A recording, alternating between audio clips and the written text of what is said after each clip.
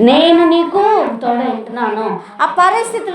ఆ పరిస్థితులు ఏదైతే జలముల వంటి పరిస్థితులు, మనము దాటలేనటువంటి పరిస్థితులు ఉన్నాయో, అన్ని రకాల సమస్యలు ఒకేసారి ఉప్పెత్తున వస్తే, అన్ని రకాల స్థితులు ఒకటేసారి వ్యతిరేకంలో మనకు నిలబడితే, మనము దాటలేని పరిస్థితులే.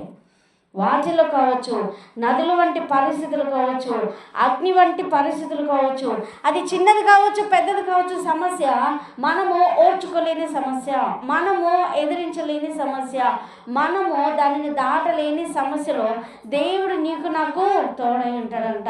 ఆయన అంటున్నాడు, నేను నీకు తోడై ఉంటున్నా. అంతే తప్ప ఇదో పలానా వాళ్ళు నీకు తోడై ఉంటారు, పలానా వాళ్ళని నీకు తోడుగా పంపిస్తున్నాను, పలానా విషయము నీకు వెన్నంటుంటుంది అలా చెప్పట్లేదు. దేవుడే నీకు నాకు తోడై ఉండబోతున్నాడు. అయితే నువ్వు దేవునితో నిలబడవలసిన పరిస్థితి ఉంది. హల్లెలూయా. మనము దేవునితో నిలబడకపోతే